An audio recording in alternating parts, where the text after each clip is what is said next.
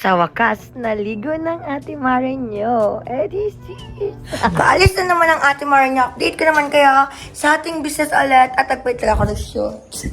Let's go na sa tindahan natin. And this time, naligo na ako. Tara! At syempre, dahil sa hindi na-record ang mga video sa tindahan, nag-additional na lang ako.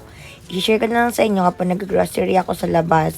2 tricycle ang article ako, nire-rent ko para papunta sa store natin. Sobrang layo kasi papunta sa tindahan ko. Galing sa center ng bayan namin is 14 kilometer, guys. Pag sa bahay ko naman is 8 kilometer. Kaya ayan, tigisa kami tricycle ng kapatid ko. At syempre, pag nagdi-deliver naman, ganito pala yung itsura. Itong delivery boy ko is every Thursday siya nag-deliver sa akin. At ngayon, nagatawalan na yung mga aso kasi nga ng oras na naman ako nag-video dito. Ngayon, nako. Tapos ganito naman pala yung tindahan ko pag i-close na. So, yeah, pakita ko muna sa inyo. Yan yung nanay ko. Pinapasok namin yung mga nilagay namin sa labas para makita nga. Tsaka ganyan na yung kapatid ko. Nataas na siya. Para i-close na natin ang So, i-update ko kayo sa isa sa bago sa tindahan natin ay meron na tayong microphone kapag may nag-order ng example ng gin. Ay, bakit ko gin? Hindi ko sa inyo. Example, kailangan ko ng itlog. Walang kukuha kasi wala sa area natin yung itlog dito. Ganito lang. Paging. Charet lang. Sabi ko lang, curly, itlog, ganon. Wala lang, ganon lang kami. Tapos open mo lang yan. Tapos magsasalita ka lang dito para hindi ako namamaos. O, di ba ang galing? Ay, ang saya lang. Bilihan time na pag ganitong oras. Tapos maulan pa ngayon. Tapos hindi nag-deliver. Yung hinihintay ko na mag-deliver ngayon. Kaya nasasad ako. Siyempre, kapag malapit na nga gabi, guys, sobrang dami talaga ng customer natin dyan. Pero sa wholesale ko, tinayin nyo, may lalaki dyan sa wholesale natin. Ayan o, sobrang dami talaga, guys. Di mo kaya. Thank you, Lord. So, ayun guys, pauwi na kami. Dinabas ko lang sa parking area ang aking bike. Tapos, sobrang lakas ang ulan, Mi. Tutindahan natin na, di ba? Hala kami. So, ayun ang update natin ngayon. Maganda tayo pa uwi kasi baka na daw sa dadaanan ko kaya maaga akong uuwi guys. Mukha akong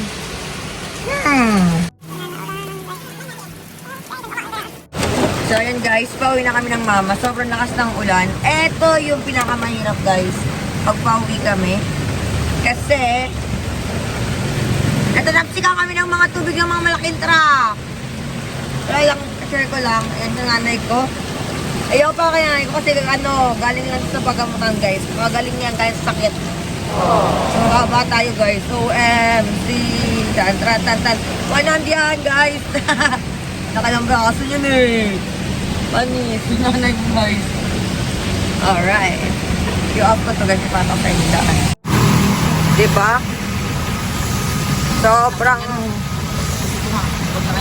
Sobrang madilim guys. Tapos ayan guys, ang ating guys. Halaka! Diba? Dilim mo? Uy! Oy! Kita mo yan? Shower kami dyan. Ito kahirap kapag naka-e-bike ka tapos tag-ulan. Share ko lang sa inyo guys.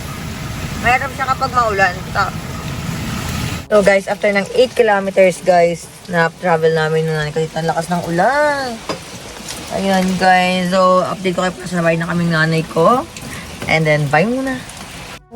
Tapos, grabe yung lagkit yung basagan. Sa lakas ng ulan. Basang-basang aking bag. Pati pa ako basang-basa guys. Pakita ko sa mga tao guys. Napanlalaking pa. Gara guys. Daming buhok niya. Wala, lalaki na yan eh. So, yun. Mag-upbat lang ulit ako. Bye muna mga bibig.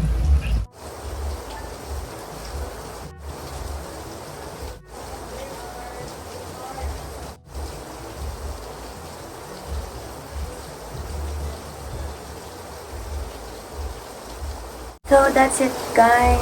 Maulan. And then, let's rest na po. Kasi po, anong oras na din.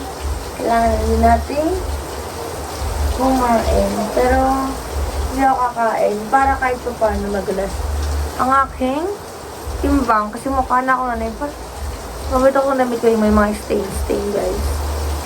So, bye. Thank you again sa panonood niya. Sa update ko na second update sa live ko. Sana matuwa kayo sa update ko na. Bye! Ito yung hindi alam ng mga tao kapag nag-business ka. Tulala na naman ang ate Marinyo mag-iisip kung ano naman ang magaganap tomorrow, kung ano yung mga darating na mga bilhin, kung ano ang mga kailangan kong bilhin para yung mga tao na nabili sa amin is mag-stay sa akin. Kasi sa totoo lang, ang pangit pagpawala-wala yun talaga yung mga hinahanap ng mga tao wala sa tindahan mo.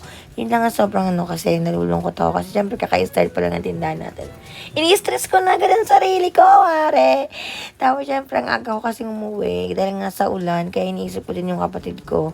Mabuti na lang talaga ay nag-call siya sa akin. Hindi niyo marinig yung call namin pero nagkasalita siya about sa update na wala nang coins sa aming tindahan. Ubus na yung mga barya, puro na buo yung nandun. Mabuti na lang daw at meron dong nagbibenta ng chicken nga guys. At yun, nagkaroon siya ng barya. Share niya sa akin lahat. So happy naman ako kasi gusto ko alam ko kung ano nangyayari sa kanila lalo na sila na lang yung nandun. Pinakita niya rin sa akin kung magkano yung naibenta niya pa kasi nga inuwi ko na yung iba na talaga sa kanila. So, shinare ko lang yon at pagkatapos yun, sinabi niya pa sa akin na yung inistiyan ng nagchichicken ay baha na kasi nga marami nila tubig kasi lakas ng ulan. Wala, sinishare ko lang sa inyo kung ano yung mga ganap ngayon. Sabi na share niya sa akin na ate, ilipat na lang natin dito yung sa chicken kasi sobrang basang-basa na siya. Kaya ayan na nga yung kapatid ko, chinichika niya sa akin na ate, kamusta yung ganito, kamusta yung pag-uwi namin, kung baha ba o marami bang tubig nung umuwi tayo. Ayan na guys, sobrang malakas pa rin ng ulan at baha na sa Manungkan. Basang-basa si kuya do, no, diba? Nakakalungkot. Lalo kung may nagbubudos na dito sa akin So, yun nga, sabi ko sa kapatid ko, paalam na at ako'y mag-rest na muna. Ganito lala talaga